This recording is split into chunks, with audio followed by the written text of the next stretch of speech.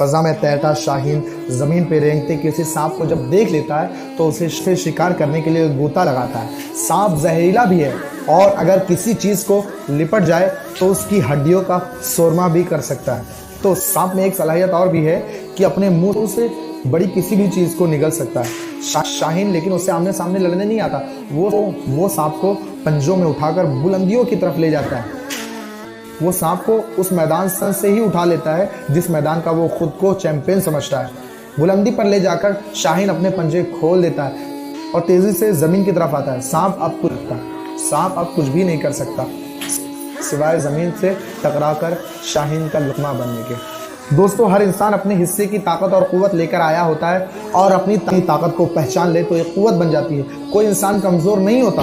अनजाने मैदानों की कामयाबियां सांपों की तरह लपेट कर हमें पावर कमजोर कर देती है। हम शाहीन की तरह अपनी सलाहियत के मैदान को पहचान लें, यही सलाहियत आपकी कुव्वत और आपकी पहचान बनती है।